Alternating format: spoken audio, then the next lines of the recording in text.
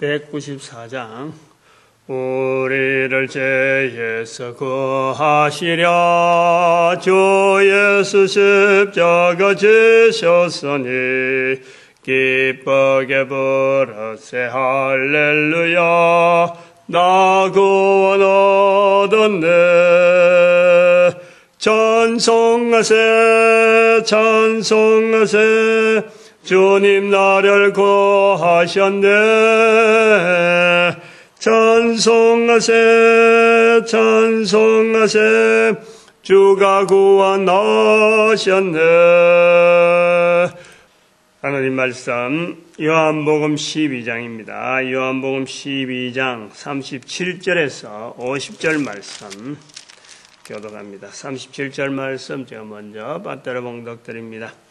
이렇게 많은 표적을 저희 앞에서 행하셨으나 저를 믿지 아니하니. 오늘 본문 말씀 요한복음 12장 37절에서 50절 말씀 중에서 마지막 부분에 있는 나는 그의 명령이 영생인 줄 아노라. 영생인 줄 안다.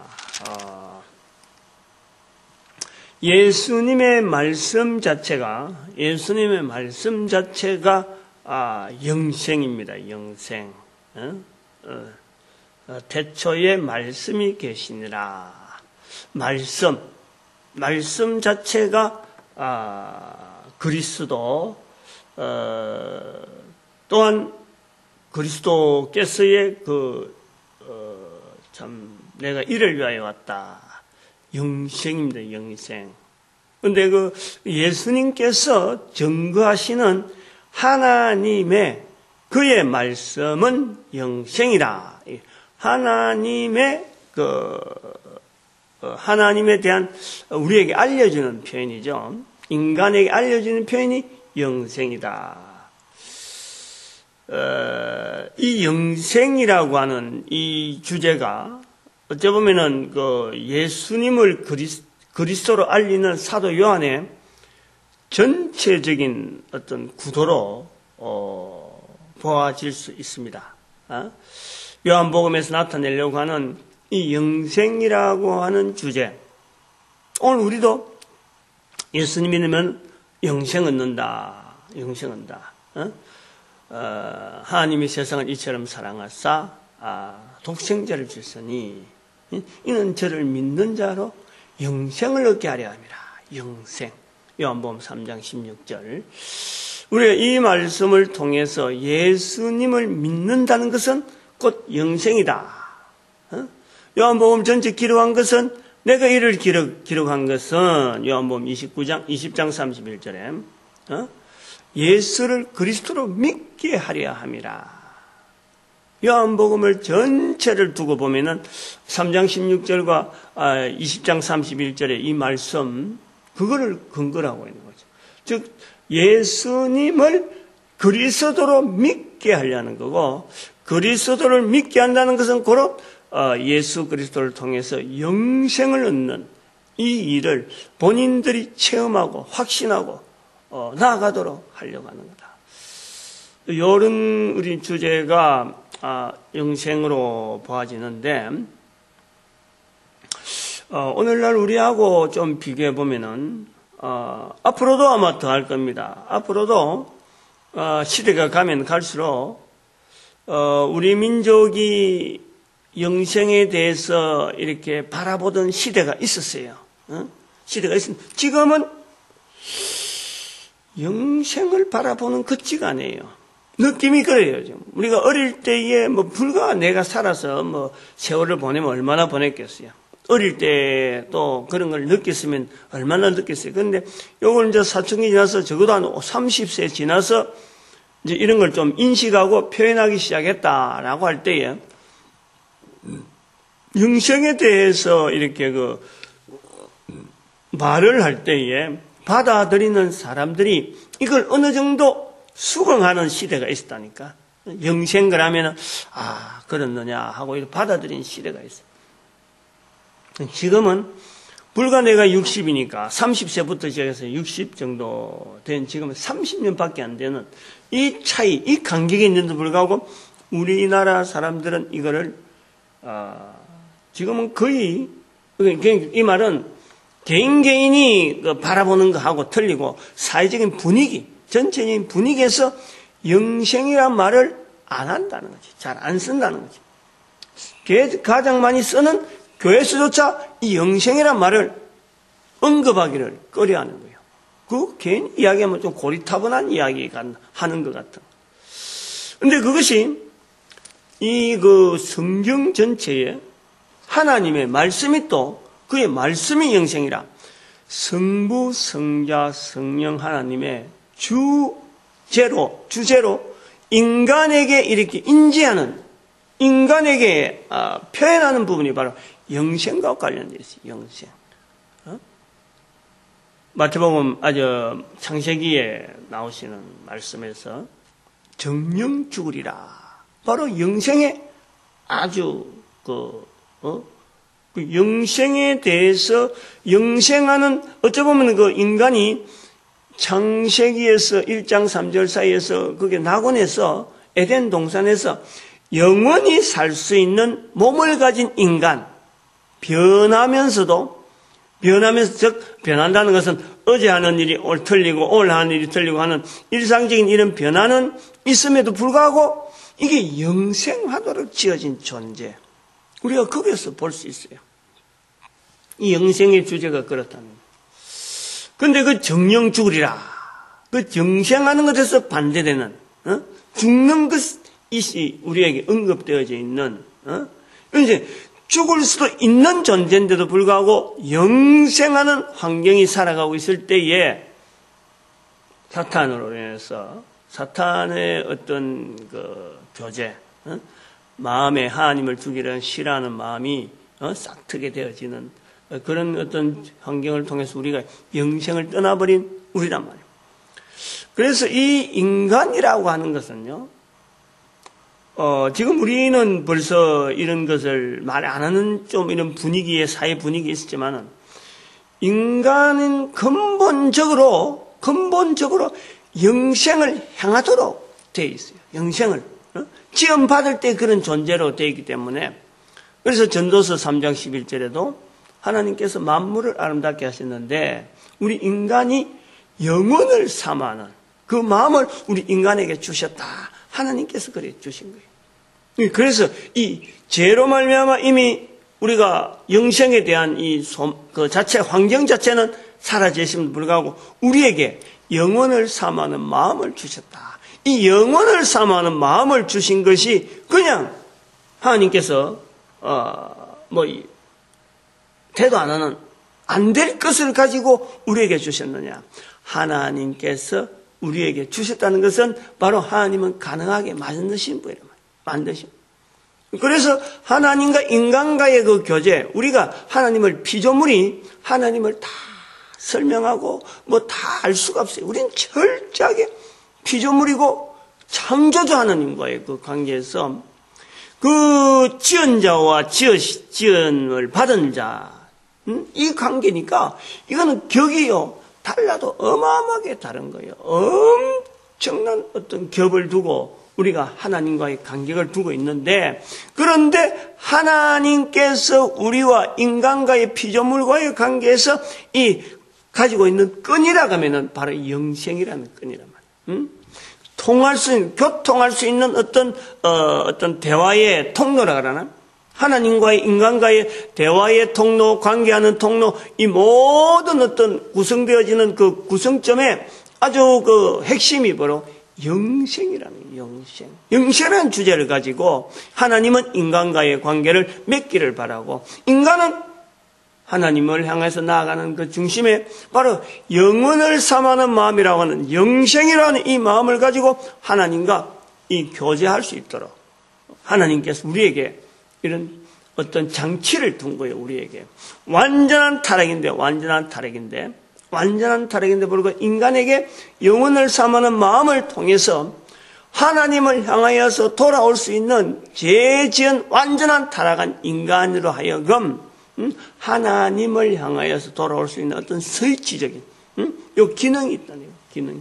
요걸 하나의 장치를 둔 거예요. 장치를. 완전히 타락돼가지고 하나님 안에서 탁 가까이 가지도 못하는 마음에 하나님을 두기를 싫어하는 그 상태임에도 불구하고 하나님이 두신 그 장치, 그것을 이제 나의 그 끈앞불이 되어서 하나님과 교제가 가능할 수 있는 어떤 구조, 그 영생이라는 거예요. 영생. 그래서 우리는 오늘 본문에 나오는 이 사도 요한의 어떤 표현이기도 하지만은 이사야의 말씀을 이루려 하는, 이사야 말씀을 이렇게 표현하는, 누가 믿었으면 누구의 죄의 발이 네가 나타나니까 38절에 또 40절에 보니까 눈으로 보고 마음으로 깨닫고 돌이켜 내게 고침을 받지 못하게 하려 함이라. 저희는 사람의 영광을 하나님의 영광보다 더 중하게 여긴다. 더 사랑하였더라. 하는 이런 설명을 하는 이런 부분에도 하나님께서 정해놓으신 이 길에, 즉 하나님을 믿는다 하는 이 부분에서 유대 사회가 없어진 상황에서의 로마 사회 사람들, 사도 요한이 전도하는 그 환경에서 받아들이는 사람들로 하여금 하나님을 잘 모르잖아요. 이 사람들은 하나님을 모르는데 하나님을 이렇게 연결하는 그 과정에 이 믿는다라는 이 표현을 통해서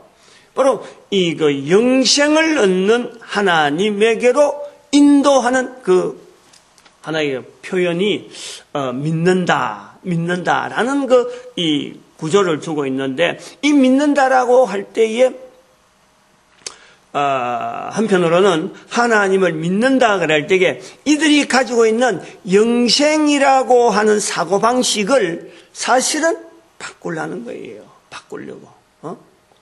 이들도 영생에 대한 갈구가 있다니까. 이들도 로마 사람, 지금부터 2000년 전에, 제가 말씀했죠. 한 30년 전만 하더라도 사람들이, 우리나라 사람들만 해도 영생 그러면은요, 이거는 굉장히 바라고, 소망하고, 영생이라는 것이 주어진다는 것에 대해서 우리가 다 이야기를 하던, 교회에서요, 쉽게 말하던 내용이에요. 저도 그런 내용을 많이 들었어요. 그래서 영생이라는 것이 있다라는 것이 어릴 때부터 이것이 있다면은 하고 내가 생각한 거예요. 참 나중에 또 그런 표현이 나올 수도 있지만은, 저는 그랬어요. 그래. 고등학교 2학년 때 교회를 나와서 아무것도 몰랐는데 3학년 되어 가는 과정에 2학년 말인가 열심히 나왔죠. 무조건 한다가만 무조건 열심히 한다고 막 최선을 다해서 교회 하는데 다 왔는데 2학년에서 3학년 올라가는지 3학년 아마 중간인지 모르지만은 내 마음에 이런 마음이 들었어요. 나는 잘 모른다. 그런데 내보다 똑똑한 사람들이 저렇게 하나님에 대해서 증거하고 하니까 어차피 모르는 내가 양쪽 길이다. 예수 믿는 길에 갈 거냐, 예수 믿지 않는 길에 갈 거냐. 내가 하나 정하기만 하자. 내가 모르는 길인데 저렇게 공부를 많이 한 분들도, 나이를 많이 사는 똑똑한 분들도 이 길을 가니까 요 길을 내가 잘 모르는 내가 내가 이렇게 저렇게 견주는, 그게 내 마음에 그랬어요. 그래서 내가 예수 믿는 길에 내가 그만 내 영혼을 던지자. 거기에서 천당이 있든지 나중에 지옥에 있으면 어쩔 수 없는 넘기고 다른 사람이 가니까 내 영혼을 천국으로 간다 하는 이 길에다 던지자. 내가 그렇게 표현했어요. 마음에 영혼을 천국으로 향하는 길로 저들이 걷는다 하니까 저 길에 내가 던진다 하고 내가 결정을 했단 말이에요. 거기에서 이제 나오는 것이 이 영생이라는 그런 개념이 있다니까. 영생이라는. 우리 어릴 때 들었다니까. 그런데 유대인들이 없는 시대에 예수님을 통해서 영생에 대한 말씀을 하는 사도 요한의 이 접근에서는 바로 그 시대에 로마 사회가 가지고 있는 영생에 대한 개념이 있다니까. 개념. 그거를 바꾸려는 거예요. 그걸 바꾸려는 거예요. 응? 우리가 그렇게 해야 돼요. 그의 말씀이 영생이다라고 하는 이 사도 요한의 이 표현에서 또 예수님께서 나를 믿는 자는 나를 믿는 것이 아니요 나를 보내신 이를 믿는 것이다. 믿는 것에 대한 표현. 그럼 나를 보는 것은 나를 보내신 이를 보는 것이다. 보내신 이를 믿는 것이요, 보내신 이를 보는 것이다.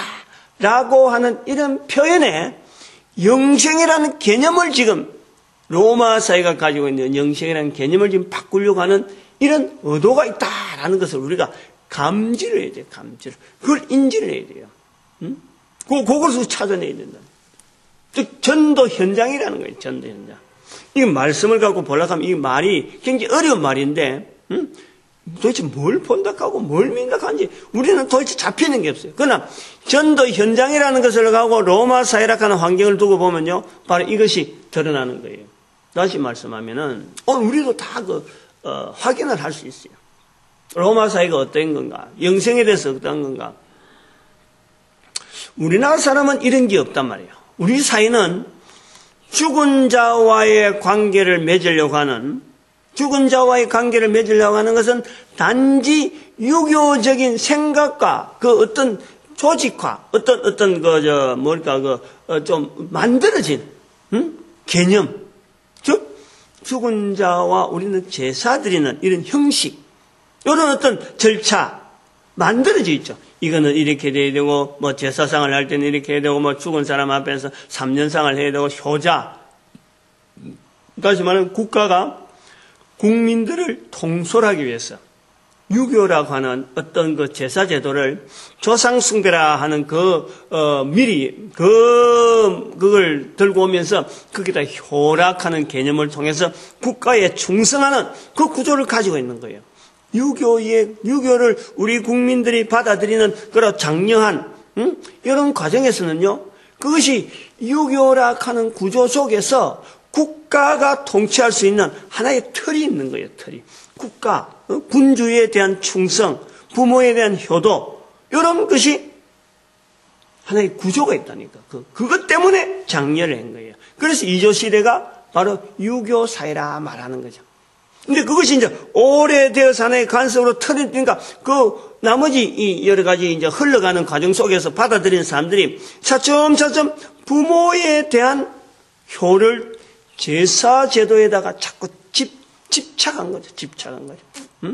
조상 숭배하는 것을 집착하게 된 거죠. 원래가 유교를 받아들일 과정에서는요, 사실 그걸 생각지 않아요. 유교 자체도 사실 그런 것이 없는 거예요. 그렇게 심하게 우리나라처럼 조상 숭배에 유교라고 하는 이름을 가지고 받아들인 때가 없단 말이에요. 이렇게 숭배한 때가 없어요. 유교 자체도 그렇다. 유교 자체 그 내용이. 근데 여기 세월이 지나면서 뭐하고 연결됐냐면은 우리 민족 가운데 있는 우리 중심의 관계는 하나님 앞에 나아가거나 영혼을 사모하는 마음의 표현하고 맞아가 버리기 때문에 지금 이렇게 집착이 되어지고 정착이 되어지고 우상숭배다 하고 기독교의 내용하고 막 갈등이 있는 이런 표현이 나오는 거지, 실제로는 구조로 보면은 하나님께서 주시는 영혼을 사모하는 마음하고 어찌 보면 한 제도하고 딱 맞아가서 그게 외부와의 그 교통, 소통 이런 것이 없는 이 반도 지역에 있는 어찌 보면은 하나의 외골수로 나갈 수밖에 없는 환경 속에서 그것이 오래되어서 우리가 문화화되었다, 그래 볼 수 있는 거예요. 그런데 이렇게 우리나라가 이렇게 있는 것 마찬가지로 이런 환경이 있어서 하나님께서 주신 죄인이 영혼을 사모하는 마음을 통해서 영원한 영생하는 이 내용하고 연결되어지려고 하는 이 시도가 있듯이 각 나라 문화 속에서 그러고 문화가 흘러오는 과정 속에서 남아있는 그 사회, 그 당시 살고 있는 시대 사람들이 영생에 대한 표현하는 여러 표현들이요, 각 나라 각처마다 다 틀리는 거예요. 다양한 형태로 다 존재를 하고 있다. 존재를. 영생이라는 것이. 지금도 베트남에서는 $100 같으면 대단하잖아요. 베트남에서 $100는 지폐로, 미화 지폐로 $100는 대단하잖아요. 그런데 부자니까 그렇게 되겠지. 이 $100라는 지폐를 모아두는 거예요. 모아둔다는 것은 이제 조상한테 주기 위해서 $100를 이렇게 종이를 싸고 또 다른 자기 소원을 같이 엮고 그 다음에 $100 엮고 이거 텔레비전에서 봤어요. 그 엮고는 이걸 태운다니까. 조상하고 그 음식 같은 거 잔뜩 해놓고 조상하고 같이 먹는다. 조상 앞에서 우리가 드리는 제사하고는 전혀 다른, 직접 조상들이 가지고 있을 수 있는 것을 이제 막 불러서 태워서 돈으로 주고 또 다른 물건을 태우고 음식을 같이 먹고 하는 이런 것을 우리가 생각하는 제사제도에 저들이 하고 있는데, 우리보다 굉장히 가까운 그 사상, 어떤 죽은 자와의 그 제사, 단순한 제사가 아니고 이것이 어떤 실질적으로 물건을 막 실제로 쓰고 있는 물건, 실제로 돈을 막 하는, 이것이 우리보다는 굉장히 더 가까운 그런 형태죠. 근데 보니까 베트남의 아버지라 하는 호치민 월맹군의 옛날에 그 통수였고, 미군에게서는 굉장히 원수와 같은, 그 사람 죽이려고 막 폭격을 하고 이랬는데, 결국은 미군이 항복하게 된. 그래서 월맹과 월남이 싸우다가 월맹으로 통일되어진 이 베트남, 지금의 베트남인데, 그 사람이 죽은 시신을 안 버리는 거예요. 보이도록 하는 거예요. 보이도록. 시신 자체를. 그래서 많은 사람들이 호치민의 그 죽은 그것을 볼 수 있도록 하는데, 그 속에는 뭐냐니까 호치민이 저리 시신을 보물해서 호치민하고 자기들이 같이 공존하고 살아있는 이런 문화를 자기들이 확인하는 거예요. 아직도 호치민 살아있다. 호치민 아직도 옛날에 우리를 통솔하듯이 우리와 같이 있다. 같이 있다는, 죽은 사람의 시신을 두고 있으면서 같이 있다라는 이 영생을 향하는 이런 표현을 한다는 거예요. 근데 로마 사회는 이거보다 더 했다는 거예요. 이제 가까운 사례를 들어서 이야기를 제가 드린다면은, 우리가 잘 아는 이집트 같은 데도 죽은 사람을 미아로 만드는데, 이집트에서는 죽은 사람에 대해서 영생하는 그런 표현도 있지만은, 살아있는 사람, 지금 있는 사람이 영원히 산다 하는 이런 표현에서 죽은 사람의 미라를 같이 공존하는 그런 내용보다도 동물들의 시체를 보관하는 거예요. 동물들의 시체를 화장해서, 동물들의 시체를 보존하는 그것을 통해서 자기가 영생하고 있는 이런 것에서 이집트 문화가 있다. 그 표현을 하고 있어요. 근데 로마 사회는 바로 이러한 것처럼 죽은 사람에 대해서 형상, 어떤 유품이나 죽은 사람을 어떤 여러 가지 상징물을 가지고 있고, 죽은 사람에 대해서 가지고 있는 어떤 가까이 있던 친척들이나 저게 존경하는 사람들의 그 유품을 가지고 있는 것을 통해서 그 사람과 내가 영생한다, 내가 그 사람과 영원히 동행한다라는 자세를 갖고 있고, 또 한편으로는 나도 몸은 이래 죽더라도 내가 다른 모습으로 산다. 이것이 발전해가지고 인도의 유네설, 사람이 계속해서 다른 생물로 태어난다. 즉 영생에 대한 여러 가지 표현들이 있는 거예요. 여러 가지 각 나라 각교마다 그 죽은 자와 관계되어지는, 사라진 자와 관계되어지는 어떤 그 영생과 연결하는 이런 구도가 있다니까. 이런 구도가 있다.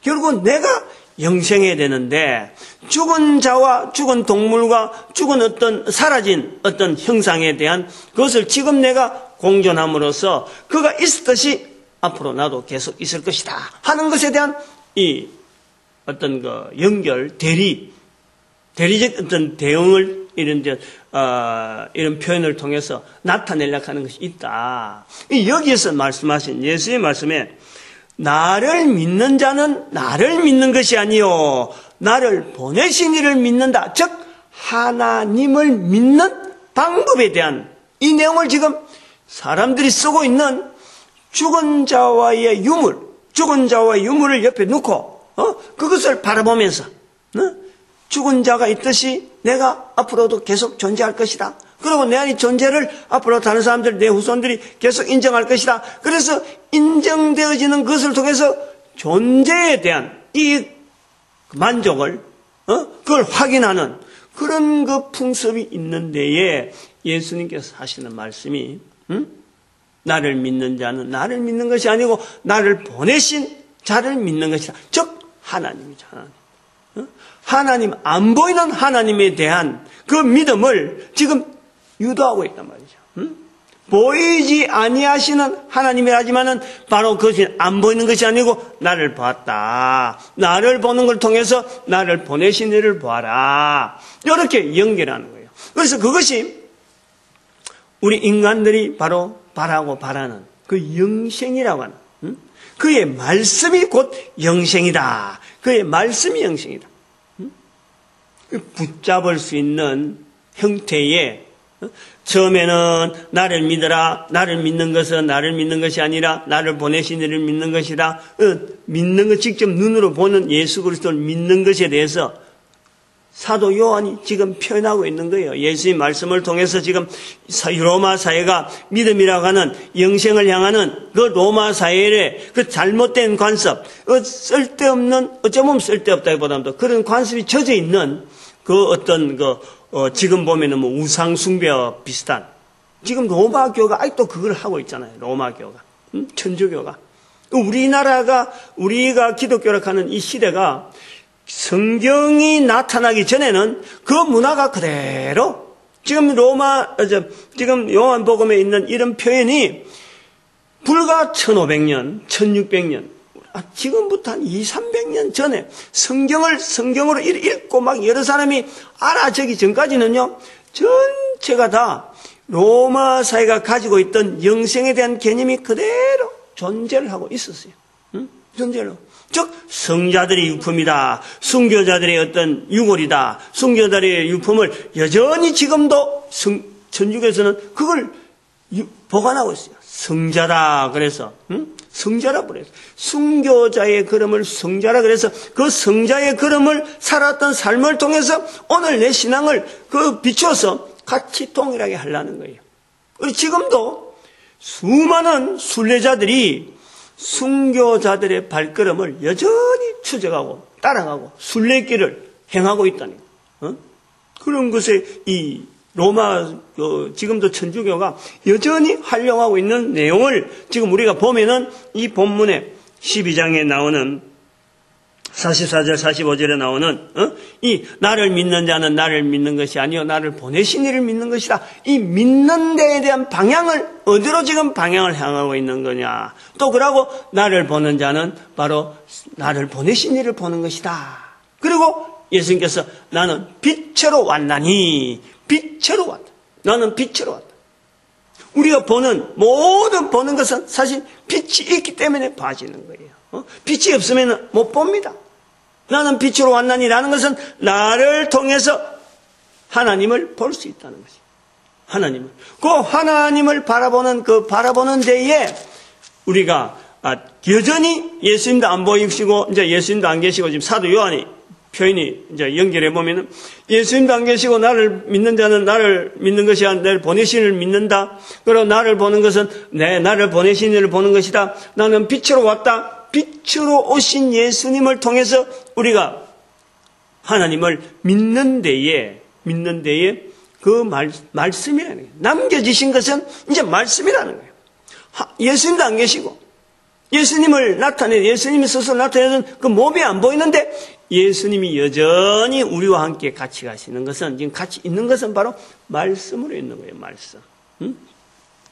이 말씀을 통해서 예수님께서 사람이 내 말을 듣고 연결됐습니다. 내 말을 듣고 지키지 아니할지라도 저를 심판하지 않으라. 내 말을 듣고 안 믿어도 내가 심판하지 않는다. 심판하시는 이는 마지막 날 심판은 나의 한 그 말이 마지막 날에 저를 심판하리라. 말이 심판.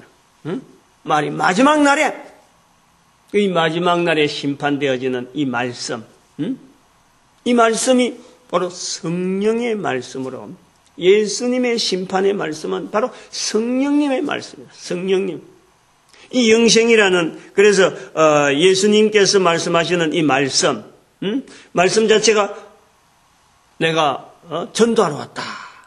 전도하리니 내가 마가복음 1장 38 내가 거기서부터 전도하니 내가 이를 위하여 왔다. 전도하는 예수님의 말씀, 즉 인간들 하여금 영생으로 인도하게 하는 예수님의 말씀, 그 인간들의 예수님을 인도하는 그 말씀이 인간 개인의 예수님 시대에, 또 사도들의 시대에, 또 오늘 우리의 시대에 계속해서 적용되어지는 영생의 말씀이 되도록 역사하시는 분이 바로 성령님.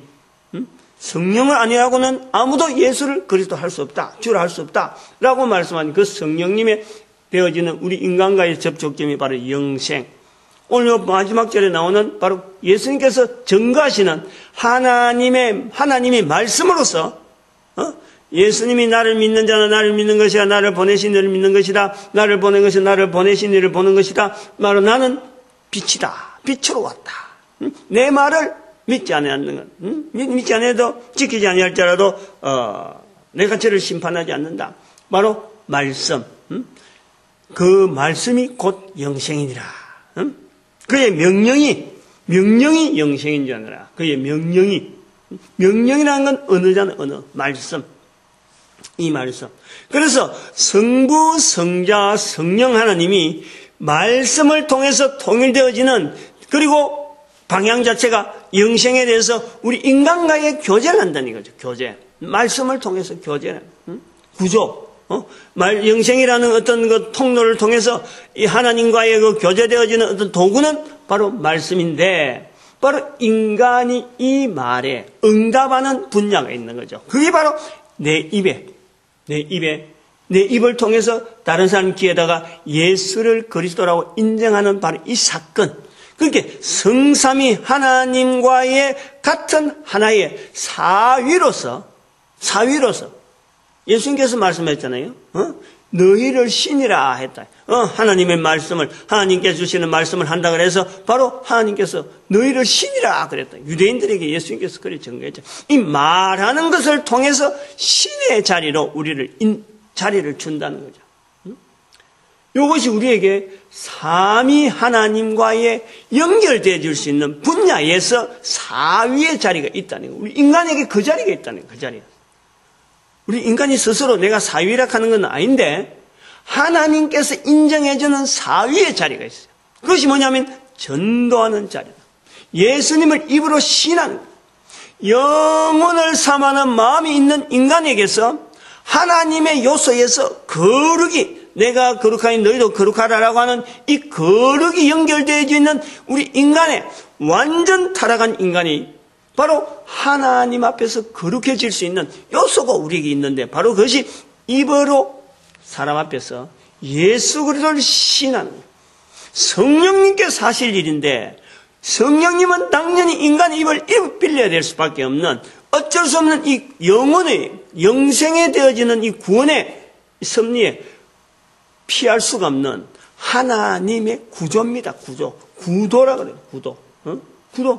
인간이 근본적으로 필요한 부분이 있다는 거예요. 그것이 시대적으로 역사되어지는 전도자들의 발걸음을 통해서, 그 입술을 통해서 역사를 꾸준해서 예수님 오실 때까지, 심판하실 때까지, 바로 모든 인간들에서 마지막 그 정리되어진 그 시간이 올 때까지 인간의 입을 사용하리라 하나님께서 원하시는 거예요. 그렇게 되어지기를 하나님께서 정해놓은 거예요.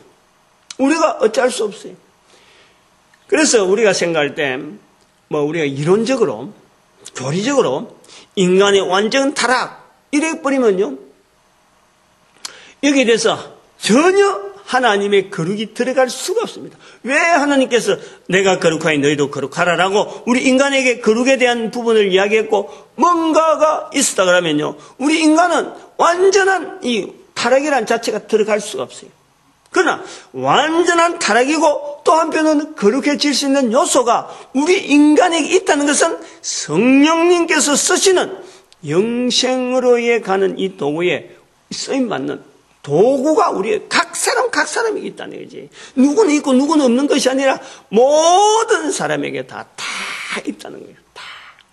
여기에서 우리가 하나님께서 내게 주신 어떤 장치, 영혼을 향하는 그 마음, 누구에게는 있는 그 영생이라는 그 장치를 통해서 그것을 스위칭이 되든지 해서 어쨌든 그걸 통해서 터닝 포인트를 만들 수 있으면서 하나님과의 나 사이에서 내가 사람이 입이잖아요. 살아있는 동안에 뭐 코로 숨을 쉬고 끝날 그 마지막 때문에 더 이상 하나님께서 찾지도 않아요. 그거만 안 한다고 해서 죽은 사람을 통해서 왜 내 죽으면서도 왜 안 해? 이렇게 하지 않아요. 살아있는 동안만 예수를 그리스도로 인정하는 이 일을 통해서 하나님께서 그를 통해서 영광 받도록 하나님이 바로 모든 입이 다 그렇게 되어질 때 하나님께서 영광 받기로 빌립보서 2장 11절에 있는 말씀을 연결할 때 그렇게 되어져 있는 거예요. 구조가 그렇게 되어 있는 거예요.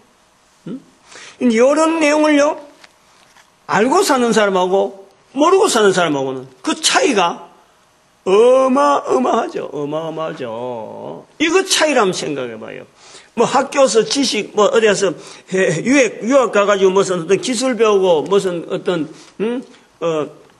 학력 쌓고 이런 거는 게임이 안 되죠. 비교가 안 되는 거죠. 인간 근본적인 자세에서 하나님에 대한 이 참, 연결을 하면서 내 자신이 창조주에 의해서 지원받은 피조물, 그러나 그 창조자 하나님께서 쓰시고자 하는 분명한 요소가 내 한 사람이 있다 그럴 때 내 한 사람의 자존감, 이거는 뭘 갖고 설명을 그거다가 더 얹어서 더 뭐 보태해야 설명해야 되겠다. 부족한 내용이 없어요.